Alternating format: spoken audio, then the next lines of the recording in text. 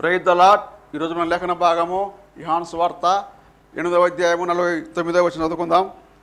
యేసు, నేను దయ్యం పట్టిన వాడిని కాను, నా తండ్రిని కనపరచువాడను, మీరు నన్ను అవమానపరుచున్నారు.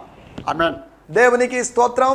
హల్లెలూయా. మన ప్రభువును ప్రియ రక్షకుడును మన కొరకు ప్రాణం పెట్టి చనిపోయి తిరిగి లేచి పరలోకానికి ఆరోహణమైపోయి మరలా త్వరగా రాబోతున్నటువంటి యేసుక్రీస్తు నామములో మీ అందరికీ ప్రత్యేకమైన వందనాలు తెలియజేస్తున్నాను. Good morning, have a nice day. ఈ దినమంతా మీకు ఆశీర్వాదకరంగా ఉండాలని, ఈ దినమంతా దేవుడు మిమ్మల్ని నడిపించాలని, దేవుడు మీకు తోడుగా ఉండాలని, మీరు ఎదుర్కొంటున్నటువంటి సమస్యలన్నింటినీ ఈ దినం దేవుడు పరిష్కరించాలని, దేవునికి అసాధ్యమైన కార్యము లేదు కనుక దేవుని మీద ఆధారపడదాం. ఇప్పటికే సమయం 8 గంటలు అయింది కనుక మీలో 4 గంటలు లేచిన వాళ్ళు ఉన్నారు, 5 గంటలు లేచిన వాళ్ళు ఉన్నారు, 6 గంటలు లేచిన వాళ్ళు ఉన్నారు, 8 గంటలకు ఆలస్యంగా లేచిన వాళ్ళు కూడా ఉన్నారు. కొద్దిసేపు ప్రభు సన్నిధిలో గడపండి, ప్రభుతో మాట్లాడండి, ప్రభుతో సంభాషించండి. ఆయన హీస్ అవర్ గుడ్ ఫ్రెండ్. ఆయన మనకు మంచి స్నేహితుడు, మోషే యొక్క స్నేహితుడు, అబ్రహాము యొక్క స్నేహితుడు, తన శిష్యులకు స్నేహితుడిగా పిలువబడినటువంటి యేసు, పాపులకు స్నేహితుడిగా పిలువబడిన యేసు. స్తోత్రం. అంటే God is our friend, Christ is our friend. తన కుమారుడైన యేసుక్రీస్తు యొక్క సహవాసమునకు పిలిచిన దేవుడు నమ్మదగిన వాడు అని దేవుని వాక్యంలో రాయబడింది. కాబట్టి వీటన్నిటిని బట్టి నేను దేవుని స్తుతిస్తూ, దేవుడు మనకిచ్చినటువంటి మంచి దినాన్ని బట్టి మరొక పర్యాయం దేవునికి స్తోత్రం చెల్లిస్తున్నాను. హల్లెలూయా. స్తోత్రం. May God bless you. రండి, మనం దేవుని వాక్యాన్ని ధ్యానించుకుందాం. దేవుని వాక్యం ధ్యానించుకుంటున్నప్పుడు అదేదో ఆషామాషిగా తీసుకుంటూ కూర్చోవద్దు. దేవజనులు ఎవరు చెప్తున్నారా అని ఆలోచించవద్దు. వీళ్ళు పాపులర్ రోల్ అయితేనే బాగుంటుంది, లేకపోతే చాలామంది సంఘ సభ్యులు కలిగిన సంఘ కాపరి అయితే బాగుంటుంది అనేటువంటి ఈ అభిప్రాయాలను కలిగి దేవుని వాక్యాన్ని మీరు స్వీకరించవద్దు. దేవుడు ఎవరి ద్వారానే మాట్లాడగలడు. గాడిద ద్వారా దేవుడు బిలాము ప్రవక్తతో మాట్లాడితే చిన్నవాళ్ళ ద్వారా దేవుడు ఎందుకు మాట్లాడు? అన్పాపులర్గా ఉన్న వాళ్ళ ద్వారా దేవుడు ఎందుకు మాట్లాడు? కాబట్టి దేవుడు ఎవరితోనైనా మాట్లాడగలడు. మనం రెడీగా ఉందాం, దేవుని వాక్యం వినడానికి సిద్ధంగా ఉందాం. స్తోత్రం. ఈ కార్యక్రమాల కొరకు మీరు ప్రత్యేకంగా ప్రార్థించాల్సిందిగా కోరుతున్నాం. స్తోత్రం. ఒకసారి నేను స్టూడియోకి వచ్చి ఒక 6 లేకపోతే 8, 10 సందేశాలు ఇస్తుంటాను. అనగా అడ్వాన్స్గా ఈరోజు సందేశం ఇంచుమించు ఒక వారం 10 రోజుల క్రితమే చేయబడిన సందేశం కనుక దేవుడు సందేశాలు అనుగ్రహించాలి, దేవుడు తలంపులు అనుగ్రహించాలి. ఒక అధ్యాయంలోంచి వేరు వేరు విషయాలు ఆలోచించుకుంటున్నప్పుడు వేరు వేరు కోణాల్లో నుంచి చూడడానికి, కొత్త కోణాన్ని కనుగొనడానికి దేవుడు మనకు సహాయం చేయాలి. దేవుడు తన దాసునికి సహాయం చేయాలి. కనుక నా కొరకు మీరు ప్రత్యేకంగా ప్రార్థించాల్సిందిగా కోరుతున్నాం. మీ కొరకు నేను ప్రార్థిస్తున్నాను. మనం ఇలా ఒకరి కోసం ఒకరు ప్రార్థించుకుంటూ సహకరించుకుంటూ ముందుకు సాగి వెళ్లాల్సినటువంటి అవసరత ఎంతైనా ఉంది. దేవుని స్తోత్రం. గత ఎపిసోడ్లో మనం దేవుని వాక్యానికి అనగా క్రీస్తు వాక్యానికి అనగా సత్యానికి, యేసు ప్రభు ప్రకటించిన సత్యానికి, ప్రకటించబోయేటువంటి సత్యానికి యూదుల హృదయంలో స్థానం లేదు, చోటు లేదు అనే దాని గురించి మనం మాట్లాడుకున్నాం. చోటు లేదు అంటే చోటు లేని విధంగా వాళ్ళ హృదయాలు నింపబడ్డాయి. సాతాను దేనితోనో వాళ్ళ హృదయాలు నింపేశాడు. కుక్కి కొన్నిసార్లు ఊరినే నింపుతాం, దాన్ని కాస్త ఫోర్సబుల్గా ఇంకా బలంగా లోపల అవి నెట్టేసి మనం ప్యాక్ చేస్తాం. మన హృదయం అంతా టైట్ ప్యాక్ అయినట్టుగా ఉండకూడదు. కొద్ది గ్యాప్ రావాలి. మన హృదయం ఖాళీగా ఉండాలి. అనేక విషయాలతో నింపబడుతుంది హృదయం. ఆత్మ సంబంధమైన విషయాలతో నింపబడాలి మనం. కానీ సాతానుడు వేరు వేరు విషయాలతో నింపుతాడు అనే సంగతిని మనం గత ఎపిసోడ్లో ఆలోచించాం. నిండిన హృదయం 1 అపరాధముతో నిండి ఉందని, 2 అభ్యంతరంతో నిండి ఉందని, 3 ఆలోచనలతో. ఏం ఆలోచన? దుష్ట ఆలోచన, వాక్యానికి విరుద్ధమైన ఆలోచన, ధర్మశాస్త్రానికి విరుద్ధమైన ఆజ్ఞ, 10 ఆజ్ఞలకు విరుద్ధమైన ఆజ్ఞ, యేసు చేస్తున్నటువంటి బోధలను బట్టి యేసు ప్రకటిస్తున్నటువంటి సత్యాన్ని బట్టి స్తోత్రం ఆయనను విమర్శిస్తున్నారని కాదు. యోహాను సువార్త 5వ అధ్యాయంలో ఆయన హింసించడం ఆరంభించారు, ఆయన హింసిస్తున్నారు. అంతేకాకుండా ఆయన్ని వెదకుచున్నారు. తగిన సమయం కోసం వెయిట్ చేస్తున్నారు. They are waiting for the time to kill Jesus. యేసును చంపితే ఏమొస్తుంది? పేతురు గారు అన్నారు అపోస్తల కార్యములు 3వ అధ్యాయంలో, మీరు జీవాధిపతిని చంపితే దానికి మేము సాక్షులం. ఆయన జీవాధిపతి, జీవం ఇచ్చేవాడు, జీవం ఆయనే. జీవాధిపతిని మీరు చంపారు, దాంతో అధ్యాయం ముగిసిపోయిందని కాదు, నూతన అధ్యాయం అక్కడే ఆరంభమైంది. పునరుత్థానం ద్వారా నూతనమైన అధ్యాయం ఆరంభమైంది. పునరుత్థానం ద్వారా నూతనమైన అధ్యాయం ఆరంభమైంది అనుకుంటే పెంతెకోస్తు ద్వారా మరి నూతనమైనటువంటి మరొక అధ్యాయం ఆరంభమైంది. పునరుత్థానమైన పెంతెకోస్తు అయినా నూతనమైన అధ్యాయాలు ఆరంభమయ్యాయి. మన జీవితంలో కూడా నూతనమైన అధ్యాయాలు ఆరంభమవుతాయి, నూతనమైన అరుణోదయాలు శుభోదయాలు ఆరంభమవుతాయి అనే సంగతిని గుర్తు చేసుకోవాలి. స్తోత్రం, హల్లెలూయా. అంతేకాకుండా అపార్థంతో నిండి ఉంది. యేసు ఒకటి మాట్లాడితే యేసు మీద నింద వేశారు. నీవు దెయ్యం పట్టిన వాడివి, నువ్వు సమరయుడివి, దెయ్యం పట్టిన సమరయుడివి. స్తోత్రం. 8వ అధ్యాయంలో 48వ వచనంలో ఆ మాట మనం గమనించగలం. తర్వాత కూడా వాళ్ళు ఇదే మాట అంటున్నారు. వాళ్ళు అన్నటువంటి స్టేట్మెంట్ వాళ్ళు వెనక్కి తీసుకోలేని పరిస్థితిలో ఉన్నారు. అందుకు యూదులు, నీవు దెయ్యం పట్టిన వాడిని ఇప్పుడు ఎరుగుదుము. స్తోత్రం. సమయంలో మనం దేవుని వాక్యాన్ని ధ్యానించుకుందాం. దేవుని వాక్యాన్ని ప్రతిదినం, ఆహారము, భౌతికమైన ఆహారం మనం ప్రతిదినం తీసుకుంటాం. ప్రతిదినమే కాదు, ప్రతి పూటకి తీసుకుంటాం. నిర్ణీతమైన ఆహార సమయాలకి మధ్యలో కూడా ఆహారం తీసుకుంటూ ఉంటాం. అనగా బ్రేక్ఫాస్ట్కి లంచ్కి మధ్యలోనో, లేకపోతే లంచ్కి డిన్నర్కి మధ్యలోనో ఇలా మనం తీసుకుంటాం. కనుక దేవుని వాక్యాన్ని కూడా అలా తీసుకోవలసినటువంటి అవసరత ఉంది. ఎలా అంటే మనం కొత్తగా జన్మించిన శిశువులను పోలిన వారమై వాక్యము అనేటువంటి పాలు, నిర్మలమైన వాక్యం అనే పాలను అపేక్షించాలి. అదే మన ఆహారం. ద్రవరూపమైందే కావచ్చు, చిన్న బిడ్డలకి అదే ఆహారం. దేవుని వాక్యము ఏ రూపంలో ఉన్నా కానీ, ప్రీచింగ్ రూపంలో ఉన్నా, టీచింగ్ రూపంలో ఉన్నా అది మనకు ఆహారం. కాబట్టి అట్టి ఆహారాన్ని మనం స్వీకరించాలి. ఈ సమయంలో మనం దేవుని వాక్యాన్ని ధ్యానించుకుందాం. మన ధ్యానము కొరకై యోహాను సువార్త 8వ అధ్యాయము 49వ వచనం. స్తోత్రం. యేసు నేను దయ్యం పట్టిన వాడను కాను, నేను దెయ్యం పట్టిన వాడును కాను, నా తండ్రిని కనపరచువాడను, మీరు నన్ను అవమానపరుస్తున్నారు. స్తోత్రం. అందుకు యూదులు, నీవు సమరయుడును దెయ్యం పట్టిన వాడును అని యేసు మేము చెప్పిన మాట సరియే కదా అని ఆయనతో అనగా, యేసు నేను దెయ్యం పట్టిన వాడును కాను, నా తండ్రిని గణపరచువాడను, మీరు నన్ను అవమానపరుచుతున్నారు అని అన్నాడు. స్తోత్రం. చదువుదాం. 49వ వచనం నేను చదువుతున్నాను. స్తోత్రం. రక్తం చేయం, యేసు రక్తమే చేయం. 49, 50 వచనాలు ఇక్కడ కలిసి ఉన్నాయి.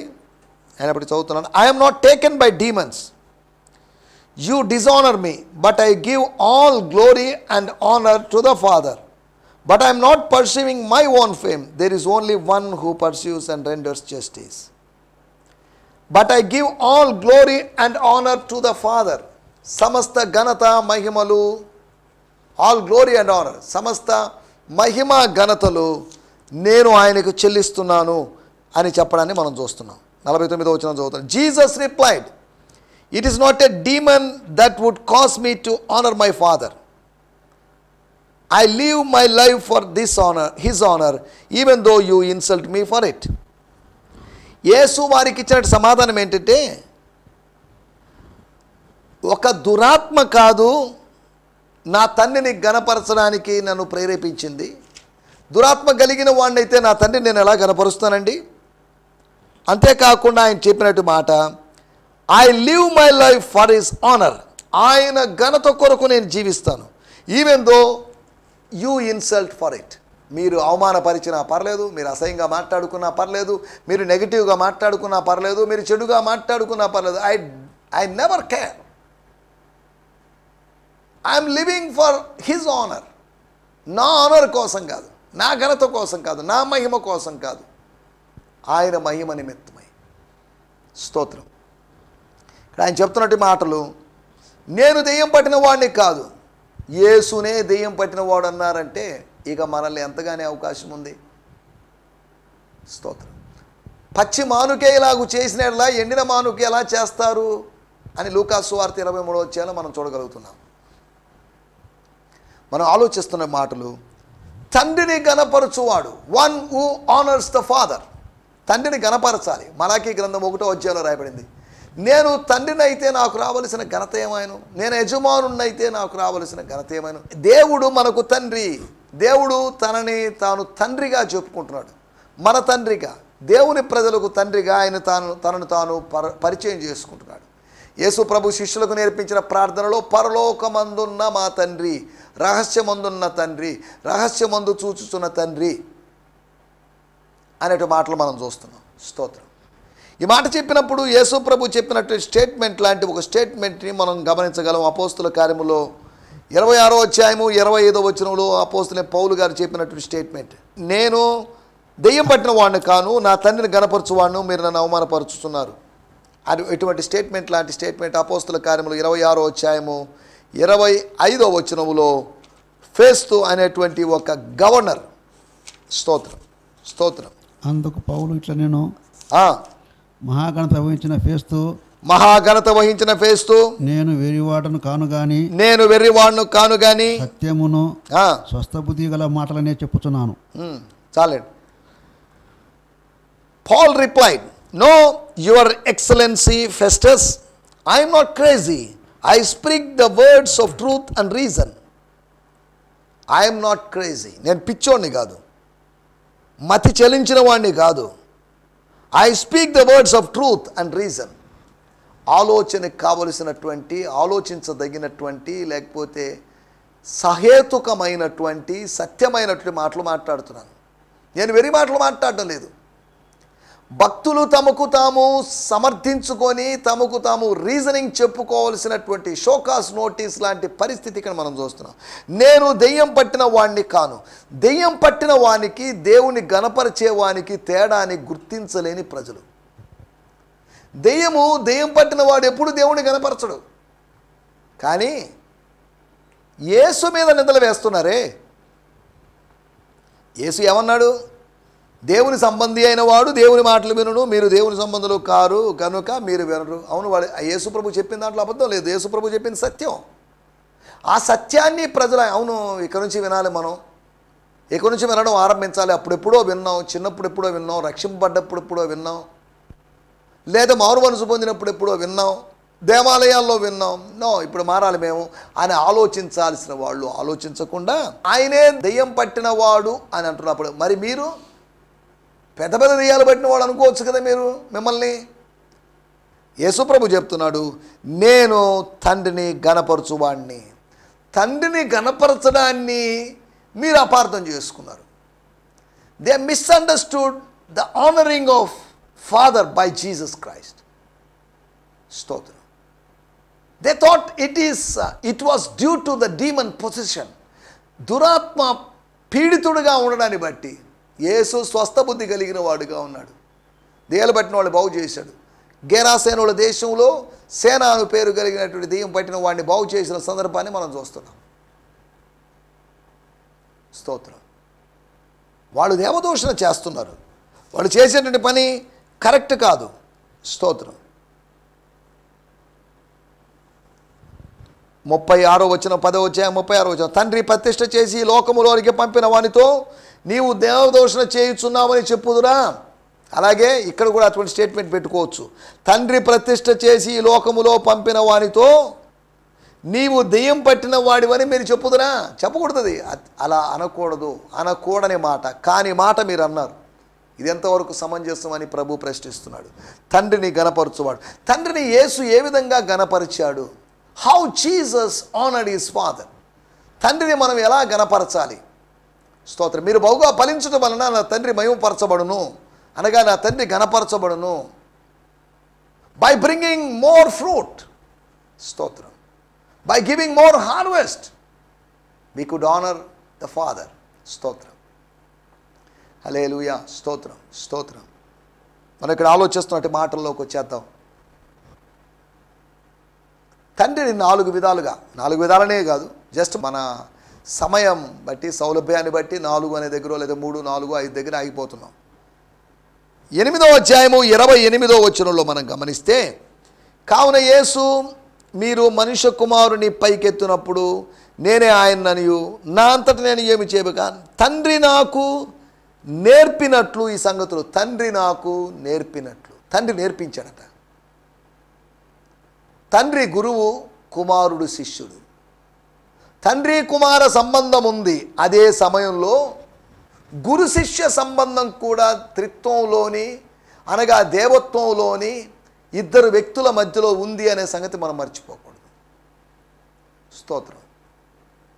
అనగా ఆ త్రిత్వ పాఠశాలలో, ఆ దేవత్వ పాఠశాలలో, ఆ నిత్యత్వపు పాఠశాలలో, స్తోత్రం, ఈ లోకానికి వచ్చినప్పటికీ కూడా, స్తోత్రం, ఆయన తండ్రి దగ్గర నుంచి మాటలు నేర్చుకున్నాడు. ఆయన చెప్పిన మాటలు చూడండి. తండ్రి నాకు నేర్పినట్లు ఈ సంగతులు తండ్రి నాకు నేర్పించాడు. ఈ మాట చెప్పినప్పుడు కొద్దిగా వెనక్కి వెళ్ళాలి. అనగా యోహాను సువార్త 6వ అధ్యాయం 45వ వచనంలో, గనుక తండ్రి వలన విని నేర్చుకొనిన ప్రతివాడును నా యొద్దకు వచ్చును. తండ్రి వలన విని నేర్చుకొనిన ప్రతివాడును నా దగ్గరికి వస్తాడు. అందరు రాలేరు. నేర్చుకొనినవాడు నేర్చుకొనాలి అనేటువంటి ఉద్దేశంతో వస్తాడు. నేను నా తండ్రి దగ్గర నేర్చుకున్నాను అని యేసు ప్రభు చెప్తున్నాడు. స్తోత్రం, హల్లెలూయా. ఎప్పుడు ఏంటి అనే విషయాల్లో మనం వెళ్ళలేదు. రాత్రులు ఆయనతో గడుపుతున్నప్పుడు, రాత్రంతా ప్రార్థనలో ఆయనతో గడుపుతున్నప్పుడు నేర్చుకొని ఉండొచ్చు. ఒకటి, తండ్రిని గణపరచడం, ఆయన దగ్గర నేర్చుకోవడం ద్వారా, ఆయన దగ్గర శిష్యరికం చేయడం ద్వారా ఆయన మనం గణపరచవచ్చు. రెండో విషయం నేను మీకు జ్ఞాపకం చేస్తాను. 8వ అధ్యాయము 38వ వచనం. స్తోత్రం. నేను నా తండ్రి యొద్ద చూచిన సంగతులే బోధించున్నాను. ఆ ప్రకారమే మీరు మీ తండ్రి యొద్ద విన్న వాటిని జరిగించున్నారని వారితో చెప్పాను. దేవుని స్తోత్రం. ఏం చెప్తున్నాడు? నా తండ్రి యొద్ద చూచిన సంగతులు, విన్న సంగతులు ఓకే, ఇప్పుడు చూచిన సంగతులు, ఆ ప్రకారమే మీరు మీ తండ్రి యొద్ద వినిన వాటినే జరిగిస్తున్నారు. నేను జరిగిస్తున్నాను అంటే విన్నదాన్ని బట్టి, దేవుని దగ్గర విన్నదాన్ని బట్టి మనం జరిగించవచ్చు. దేవుని సన్నిధిలో దేవుని సేవకులు వింటూ ఉంటే పగలంతా పరిచర్యలో ఏదో జరిగించవచ్చు. దేవుని దగ్గర నుంచి వినకుండా మనము ఏమీ జరిగించలేము. దేవుని దగ్గర చూపించబడిన దాని ప్రకారం, అనగా మోషే గారికి ప్రత్యక్షపు గుడారపు నమూనా చూపించబడింది. నీకు చూపించబడిన మాదిరి చొప్పున. నోవహు గారికి ఓడ యొక్క మాదిరి చూపించబడలేదు, కానీ మోషే గారికి ప్రత్యక్షపు గుడారపు యొక్క మాదిరి చూపించబడింది. చూపించబడిన దాని ప్రకారం, నమూనా ప్రకారం మీరు ఎలాగూ మీ తండ్రి యొద్ద వింటున్నారో, లేదా నేను ఎలా వింటున్నాను మీరు మీ తండ్రి దగ్గర వింటున్నారు, మీరు ఎలాగో మీ తండ్రి దగ్గర వింటున్నారు, నేను నా తండ్రి దగ్గర వింటున్నాను. వినడం ద్వారా, వినడం అంటే కేవలం వినడం అని కాదు, విని దాని ప్రకారం చేయడం, విని దాని ప్రకారం ప్రవర్తించడం. స్తోత్రం, హల్లెలూయా. వినడం అంటే కేవలం వినడం అని కాదు, వినడము అనేటువంటి ఆ పనికి చేయడం అనేటువంటి పని కూడా అనుబంధంగా ఉంటుంది. వినడము చేయడం అనేటువంటి పనులు జతగా ఉండాల్సిన, వాడి విడదీయరాని పనులు. వినడం ఒక ఎత్తు, చేయడం ఒక ఎత్తు అని కాదు, వినడముతో పాటు ఇమ్మీడియట్లీగా తక్షణమే జరగాల్సినటువంటి పనిగా మనం చేయడాన్ని మనం చూడవచ్చు. లేదు అంటే మనల్ని మనం మోసపుచ్చుకున్న వారంగా ఉంటున్నాము అని దేవుని వాక్యం యాకోబు పత్రికలో రాయబడింది. దేవుని స్తోత్రం. ఒకటి మనం నేర్చుకున్నప్పుడు, రెండోది వింటున్నప్పుడు, లిజన్ చేస్తున్నప్పుడు, అబ్జర్వ్ చేస్తున్నప్పుడు, గమనిస్తున్నప్పుడు. మూడో విషయాన్ని నేను మీకు జ్ఞాపకం చేస్తాను. 42వ వచనంలో రాయబడింది, యేసు వారితో ఇట్లనెను, అనగా యూదులతో ఇట్లను. డిస్కషన్ జరుగుతుంది అక్కడ. డిస్కషన్ చాలా హాట్గా ఉంది. ఆ డిస్కషన్లో వాళ్ళు ఇలా చెప్పుకుంటారు, తండ్రి దేవుడు మీ తండ్రి అయిన యెడల మీరు నన్ను ప్రేమింతురు. నేను దేవుని యొద్ద నుండి బయలుదేరి వచ్చి ఉన్నాను, నా అంతటా నేను వచ్చి ఉండలేదు, ఆయన నన్ను పంపెను. He sent me. దేవుడు నన్ను పంపాడు. స్తోత్రం. దేవుడు పంపితే వచ్చిన వాడిని. నేను ఊరిని నేను వచ్చినవాడిని కాదు, కొందరిలాగా నేను ఊరినే వచ్చినవాడిని కాదు. Someone, I mean that's God who sent me. దేవుడు నన్ను పంపించాడు. స్తోత్రం. నేను అందుకనే గత ఎపిసోడ్లో ఒకసారి ప్రార్థన చేశాను. సేవలో ఉన్నటువంటి స్త్రీలు సేవ చేయకూడదని నేను అనడం లేదు. సేవలో ఉన్నటువంటి స్త్రీలు పంపబడాలి సంఘము చేత. స్త్రీలే కాదు, పురుషులు కూడా పంపబడాలి. అపోస్తల కార్యములు 13వ అధ్యాయంలో అంతియోక్యలోని సంఘము చేత పౌలు బర్నబాలు పంపబడాలి. నా ఇష్టానుసారంగా నేను వచ్చానంటే ఎవరు పంపించాల్సిన అవసరం లేదు అనుకోవడానికి వీలేదు. దేవుని చేత పంపబడాలి, దేవుని ఏర్పాటు చేసుకున్న సంఘము చేత పంపబడాల్సినటువంటి అవసరం ఉంది. పంపబడ్డము అంటే లోబడ్డం. కొంతమంది పంపబడుతున్నప్పటికీ యోనా పంపబడ్డాడు. యోనా చెప్పాడు నినివేకి వెళ్ళమని, కానీ తర్షీసుకు వెళ్ళాడు. పంపబడిన వాడు పక్కదారి పట్టాడు. పంపబడినప్పుడు సరైన దారిలోనే, ఏ దారిలో వెళ్ళాలో, ఏ స్థలానికి వెళ్ళాడో, ఏ మజిలీకి వెళ్ళాలో అక్కడికి వెళ్ళాలి. మన ఇష్టానుసారమైన చోటుకి వెళ్ళడానికి వెళ్ళేది. పంపబడ్డం, ప్రభువు చేత పంపబడుతూ ఇక్కడికి పంపబడుతూ ఉండడం వల్ల మనం ఆయన మహిమపరచవచ్చు. ఒకటి ప్రభు దగ్గర నుంచి నేర్చుకోవడం ద్వారా, రెండోది ప్రభు దగ్గర నుంచి వినడం ద్వారా, మూడోది ప్రభువు చేత పంపబడ్డం ద్వారా. స్తోత్రం. హల్లెలూయా. నాలుగో విషయం నేను మీకు జ్ఞాపకం చేస్తున్నాను. యోహాను సువార్త 8వ అధ్యాయము 44వ వచనం, 8:44. మనం ఇంతకుముందు కూడా చదువుకున్నాం. స్తోత్రం. మీరు మీ తండ్రి యొక్క అపవాది సంబంధులు, మీ తండ్రి దురాశలు నెరవేర్చగొరుచున్నారు. ఆది నుండి వాడు నరహంతకుడు అయ్యుండి సత్యం మందించిన వాడు కాడు, వాని యందు సత్యమే లేదు. నెగటివ్గా చెప్పండి మాట, అనగా ఉన్న సంగతి చెప్పండి మాట. అపవాది యొక్క అనుచరులు, అపవాది కుమారులు, అపవాది సంతానం, అపవాది బిడ్డలు వాడి యొక్క ఆశలను, వాడి యొక్క దురాశలను, లేదా వాడి యొక్క ఆశయాలను అనుకోండి, వాడి ఆశయాలను నెరవేర్చుకోరుచున్నారు. యేసు ప్రభువు నా తండ్రి చిత్తము నెరవేర్చడానికి నేను వచ్చాను అని చెప్పాడు. నా తండ్రి చిత్తము నెరవేర్చుటయే నాకు ఆహారమై ఉన్నది. నాకు వేరే ఆహారం లేదు, నాకు వేరే ఆహారం యొక్క అవసరత లేదు. స్తోత్రం. భౌతికమైన ఆహారం యొక్క పెద్ద అవసరత లేదు. ఉంటే తింటాను, లేకపోతే లేదు. అంతవరకే పలాందే కావాలని నేను డిమాండ్లు ఏం లేవు. స్తోత్రం. హల్లెలూయా. యోహాను సువార్త 4వ అధ్యాయంలో మనకందరికీ తెలిసిన మాటే. సమరయ స్త్రీతో మాట్లాడుతున్నప్పుడు ఆహారం తీసుకొచ్చి అప్పటికి ఆహారం తినడంలో ఆలస్యం అయిపోయేసరికి తినమని బలవంతం చేసో లేదా అడిగినప్పుడు యేసు ప్రభు తండ్రి చిత్తాన్ని నెరవేర్చుటే నాకు ఆహారం. My food is to fulfil the will of the father. తండ్రి యొక్క చిత్తాన్ని నెరవేర్చడం. ప్రభువా ప్రభు అనేవాడు పరలోక రాజ్యంలో పోలేడు, కానీ తండ్రి చిత్తము నెరవేర్చువాడే. స్తోత్రం. Those who fulfil, who he fulfills the will of God, will of the Father, would enter the heaven. స్తోత్రం. హల్లెలూయా. స్తోత్రం. మనం ఆలోచిస్తుంటే మాటలు 4 విషయాలు నేను మీకు జ్ఞాపకం చేశాను. ఒకటి, నేర్చుకోవడం ద్వారా, నేర్చుకోవాలంటే తగ్గింపు కావాలి. నేర్చుకోవడం ద్వారా మనం తండ్రిని మహిమపరచవచ్చు. ఎవరో ఒకరి ద్వారా నేర్చుకోవడం అని కాదు, ఆయన దగ్గర నేరుగా నేర్చుకోవడం. సామెతల గ్రంథం 8వ అధ్యాయంలో నా గడప దగ్గరుండి, నా ద్వారం దగ్గర ఉండి కాచుకొనుచు నేర్చుకోనివాడు ధన్యుడు. స్తోత్రం. రెండో విషయము వినడం, లిజనింగ్. స్తోత్రం. వింటూ ఉండడం. ఒక్కసారి విని అయిపోవడం కాదు, వింటూ ఉండడం. వినడం ద్వారా మనం ఆయన్ని గణపరచు. తండ్రి మాటకు లోబడ్డం ద్వారా మనం గమనించవచ్చు, ఆయన్ని మహిమపరచవచ్చు. మూడోది, పంపబడ్డం ద్వారా, by sending, being sent by him.